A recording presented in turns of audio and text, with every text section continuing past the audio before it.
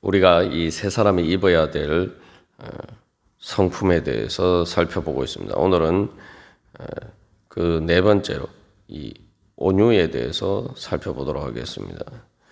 그래서 이 우리가 입어야 될, 세 사람이 입어야 될 이 온유는 앞에서 이야기한 이 긍휼과 자비를 우리가 실제로 다른 사람들에게 베풀 때에 그 실제로 다른 사람들과의 관계 속에서 나타나는 그 방식입니다. 그리고 또한 이 겸손한 태도가 실제로 관계 속에서 나타나는 양상이다라고 볼 수가 있습니다. 그래서 이제 우리가 이 겸손에 대해서 바로 직전에 살펴보았습니다만, 겸손은 바로 남이 내가 다른 사람을 높여주는 것이고, 그렇게 해서 서로가 이제 겸손할 때 서로가 서로를 이제 세워주는 것이죠. 그러나 교만은 내가 높아지는 겁니다. 그리고 이제 내가 높아지려고 하니까 시기와 질투가 따르게 되고 또 다툼이 이제 따르게 되는 거죠. 그래서 이러한 이 겸손과 교만을 대비시켜서 봤을 때 이제 온유가 어떻게 온유한 태도로 이 겸손이 나타날 수 있는지를 우리가 잘 알 수가 있습니다. 특별히 이제 이 온유는 그래서 여러 가지 악한 일에 대해서 또 죄에 대해서 또 부당한 일에 대해서 여러 가지 부정적인 상황에 닥쳤을 때에 그러한 것들에 대해서 이제 어떻게 대하느냐와 또 많은 관련이 있습니다.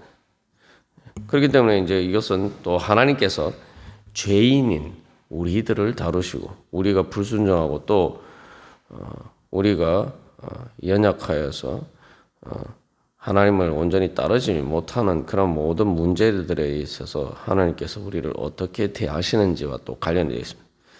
그래서 뭐 앞에서 긍휼과 자비, 겸손 다 마찬가지입니다만 이것도 이제 하나님께서 예수님을 통해서 우리를 어떻게 대하셨는지 그 자세와 이제를 통해서 우리가 또 그것을 배워서 우리도 또한 이 성도들 간의 관계에서 다른 사람들과의 관계에서 이런 온유로 옷 입어야 되는 것입니다. 그래서 이 온유라고 할 때에 온유는 이제 그리스 철학에서 이제 아리스토텔레스는 이 중용의 한 가지 덕으로서 이야기를 하고 있습니다. 중용이라고 할 때 이제 양극단을 이르지 않고 적절한 태도를 취하는 것을 중용이라고 하죠. 그래서 온유는 이유 없이 화내는 것과 또 화를 낼 만한 이유가 있는데도 정당한 이유가 있는데도 화를 전혀 안 내는 것, 이 두 가지 사이에서의 중용을 이제 온유라고 이야기합니다. 그래서 이 온유에 대해서 이야기를 할 때 우리는 뭐 온유가 무조건 아무런 감각 없이 무조건 좋게 대하는 것이다. 이렇게 이제 생각할 수가 있지만 아리스토텔레스는 온유를 그렇게 생각하지 않고 그래서 이제 적절한 때에 적절한 방법으로 적절한 이유로 화를 내는 것을 온유다라고 이야기하고 있습니다. 한마디로 말하면은 이 온유는 그래서 무조건 친절하게 좋게 대하는 것이 온유가 아니라는 거죠. 그래서 온유는 다시 말하면은 이 화를 낸다는 것이 어떤 부당한 그래서 그냥 내 어떤 감정에 거슬리니까 또 내 자신의 이익을 위해서 뭐 가인이 하나님께서 자기의 제사를 안 받아 주셨을 때 화를 낸 것처럼 그런 화가 아니라 예를 들면 정의에 대해서 의가 올바로 세워지지 않을 때 악에 대해서 죄에 대해서 그것을 싫어하고 또한 그것에 대해서 분노하는 것 그러한 것을 포함하고 있는 거죠. 그러니까 이제 그게 적절한 이유로 화를 내는 것이고 또 중요한 것은 적절한 방법과 적절한 때에 이 화를 낸다. 이것은 이 무례하지 않고 이 무례하지 않는 것을 이야기를 하는 거죠. 예. 그래서 이 적절한 방법으로, 그래서 가혹하거나 잔혹하게 복수하고 그런 식으로 그렇게 이제 화를 내지 않는 것을 이야기합니다. 한마디로 이야기하면은 이 온유는 사랑으로 의를 행하는 것, 또 의를 사랑으로 행하는 것, 우리가 그렇게 정의를 할 수가 있습니다. 그렇게 되면 단순히 뭐 사랑하는 것, 사랑해서 친절하게 좋게 대하는 것, 마치 부모가 자식을 양육할 때 잘못 양육해서 과잉 보호를 하듯이 무조건 뭐 다 잘했다라고 칭찬하고 하는 그런 것을 이야기하는 게 아니라, 그래서 이 의를 따라서 사랑하고 사랑을 따라서 의를 행하는 것, 그게 바로 이제 온유다라고 이야기할 수 있습니다. 그래서 이것은 앞에서 이야기한 것처럼 부정적인 어떤 상황이 닥쳤을 때, 그래서 나를 그 불의한 방법으로, 부당한 방법으로 나를 대하고 나에게 피해를 끼치거나, 또한 내가 억울하게 뭔가 억울한 일을 당하거나 했을 때에 그러한 일에 대해서 내가 똑같이 뭐 눈에는 눈, 이에는 이 이런 식으로 이 복수하지 않고 그렇게 무리하게 거칠게 대하지 않는 것을 이야기합니다. 나를 자극하고 나에게 피해를 끼치는 사람에 대해서 그 사람이 나에게 한 것처럼 똑같이 그렇게 보복하면서 무리하게 행하지 않는 것을 이야기합니다. 그래서 악으로 갚지 않는 기 위해서 필요한 태도이기도 하죠. 그래서 이 온유는 앞에서 무조건 사랑하는 것이 아니다, 의의를 따라서 사랑하는 것이다 라고 말씀드렸습니다만, 그렇기 때문에 또 온유는 단순히 약한 것을 의미하는 것이 아닙니다. 이제 특별히 이제 구약 성경에서 이 온유라는 말은 또 가난한 자들, 비양심적인 착취의 희생자가 되었던, 또 억압의 대상이 되었던 그러한 사람들을 가리키는 표현으로 사용되기도 했습니다만, 그러나 이 온유는 원래 이 약한 것을 의미하는 것이 아니라 힘이 있는데 그 힘을 적절하게 통제할 수 있는 능력을 이야기한다는 거죠. 다시 말하면 이제 비유적으로 들면은 바람이 이제 불 때도 그냥 바람이 부드럽게 불 수도 있고, 그죠? 그러나 또 바람이 너무 세게 불면 이제 폭풍이 되는 거죠. 또 약도 마찬가지입니다. 약도 적절하게 쓰면은 사람을 고치는 것이 될 수도 있지만, 또 그것들이 과복용하게 되면은 여러 가지 부작용을 일으키고 때로는 사람을 죽일 수도 있는 독약이 될 수도 있죠. 그래서 이 온유는 힘을 행사를 할 때에 그 힘을 행사하는 방식을 바로 사랑에 따라서 부드럽게 행사하는 것입니다. 그래서 이 온유는 가혹하게 힘을 행사하고, 또한 폭력과 을 따라서 힘을 행사하는 것과 반대되는 거죠. 그래서 이 온유는 이 억압하는 식으로, 억압하고 착취하는 권력자들의 힘을 행사하는 방식과 반대되는 것이 바로 온유입니다. 한마디로 말하면 이제 우리가 그 흔히 폭군이라고 이야기하죠.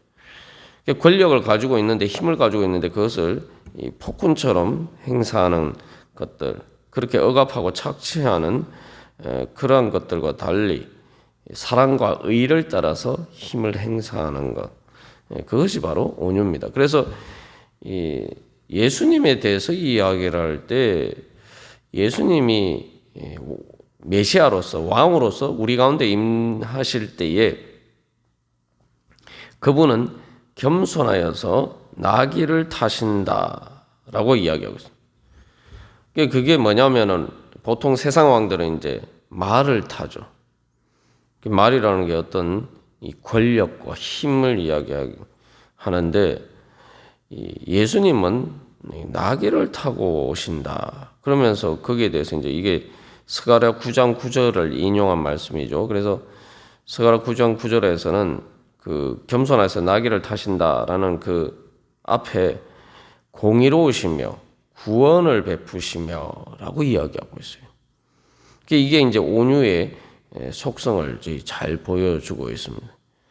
그래서 여기 이제 겸손하여서라고 번역됐습니다만 그것은 이제 그 히브리어 단어는 이제 온유로 신약 성경에서 번역된 말과 이제 같은 이제 단어입니다. 그래서 스가랴 9장 9절에서는 그래서 겸손이라고 번역했습니다만 이게 똑같이 이제 온유라는 말이. 그래서 이 온유라는 것은 힘을 행사할 때 말 그대로 의를 따라서 그죠? 그리고 또 앞에서 이제 온유라는 말이 가난한 자들, 비양심적인 착취와 억압의 희생자가 되었던 그러한 사람들을 이야기하기도 하지만 동시에 또한 이것이 하나님의 성품에 대해서 이야기를 할 때는 하나님께서는 바로 그렇게 폭압적인 폭군과 같은 그러한 사람들을 심판하시고 그 대신에 이제 그러한 사람들에 의해서 착취당하고 억압당했던 그런 사람들을 위로하시고 구원하시고 공의로 그들을 인도하시는 바로 그 하나님에 대해서 하나님의 성품이 바로 그래서 온유인 것입니다. 그래서 이때 온유는 이제 메시아가 오기를 간절히 소망했을 때에 그 메시아가 어떤 분이냐? 그 이스라엘 백성들이 받았던 메시아는 어떤 왕이냐? 바로 온유한 왕이라는 거죠. 그 세상의 폭군과 다른 온유한 왕.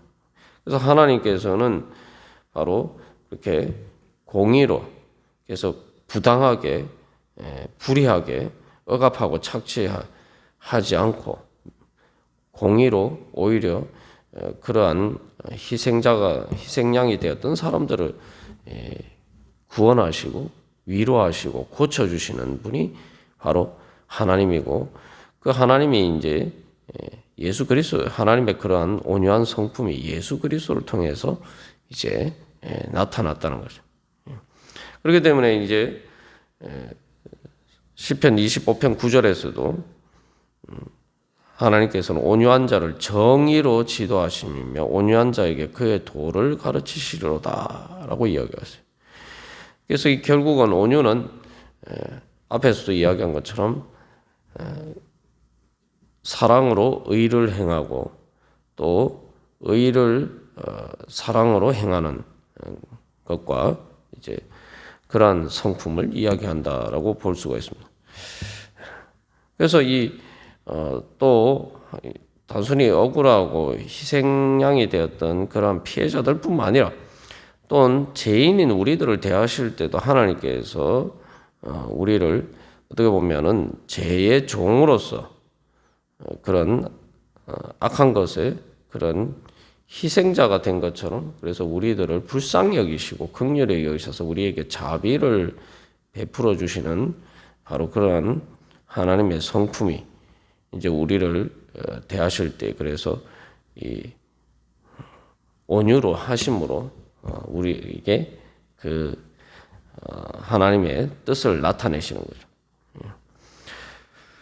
그래서 이제 이 그 온유가 무엇인지를 이제 잘 보여주는 것이 이제 구약 성경에서는 모세입니다. 그래서 이 민수기 12장 3절에서 모세는 온유함이 지면의 모든 사람보다 더하더라. 온유로 치면 이제 사람들 중에서 모세가 최고다라고 이야기를 하고 있단 말이죠. 그러면 모세가 원래 뭐 혈기가 많아서 이제 처음에 젊었을 때에 이스라엘 사람을 괴롭히던 압제하던 바로 그 애굽 사람을 이제 돌로 쳐 죽였죠.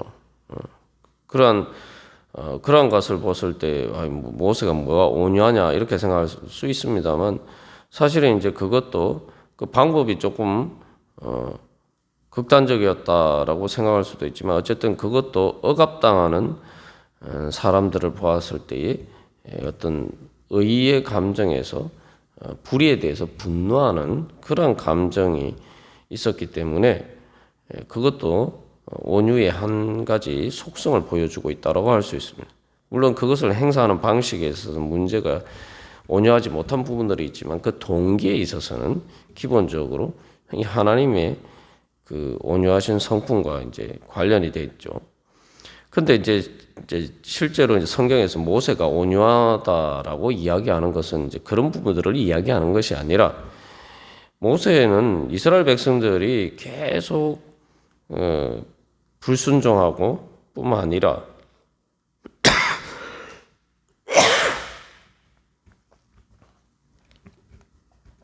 부당하게 모세를 공격하고 한 그러한 비판하고 공격하고 비판한 모든 일들에 대해서 이제 모세는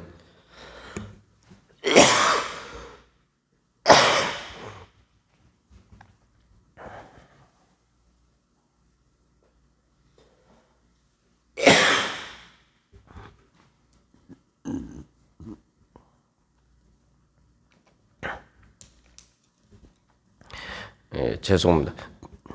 그래서 이 모세가 이제 사실은 이스라엘 백성들을 애굽에서 구원하는 그러한 큰 일을 하고 사실은 이스라엘 백성들에게 그렇게 큰 은혜를 베풀어 준 그들의 하나님을 대신하는 구원자로서 그렇게 이스라엘 백성들을 인도했습니다만 이스라엘 백성들은 조금만 문제가 생기면 모세를 원망하죠. 모세에게 불평불만하고 뿐만 아니라 가데스 바네에서는 이스라엘 백성들이 모세를 돌로 쳐 죽이려고 합니다. 그러한 이스라엘 백성들에 대해서 이제 모세가 어떻게 행했느냐. 그럼에도 불구하고 모세는 그들을 단순히 용납하고 용서했을 뿐만 아니라 특별히 금송아지 우상숭배 사건에 대해서 이스라엘 백성들이 멸망의 위기에 처했을 때에 하나님께 바로 그들의 죄를 용서해 주시기를 구하면서 중보 기도를 했죠. 자기를 억울하게 대하고 자기에 대해서 부당하게 공격하고 비판한 이스라엘 백성들에 대해서 오히려 그들을 위해서 하나님께 기도하고 단순히 그들을 용서해 주십시오 뿐만 아니라 그들을 용서해 주시지 않으면 차라리 저를 생명책에서 지워 주시옵소서. 그렇게까지 그들을 이스라엘 백성들 편에 서서 그렇게 그들을 위해서 기도했단 말이죠. 그게 이제 바로 이 모세의 온유함이 왜 사람들 중에 최고다라고 하는 이유가 바로 거기에 있습니다. 그래서 이 모세를 통해서는 이제 예표적으로 이제 예수님을 통해서 우리를 용서해 주시고 구원해 주신 그러한 하나님의 사랑이 나타나죠. 그래서 우리가 오늘도 늘 주님 앞에 나아갈 때 하나님께서 얼마나 온유하게 우리를 대하셨는가. 또 동시에 그렇게 온유하게 우리를 대하신 하나님의 은혜에 대해서 감사하면서 또한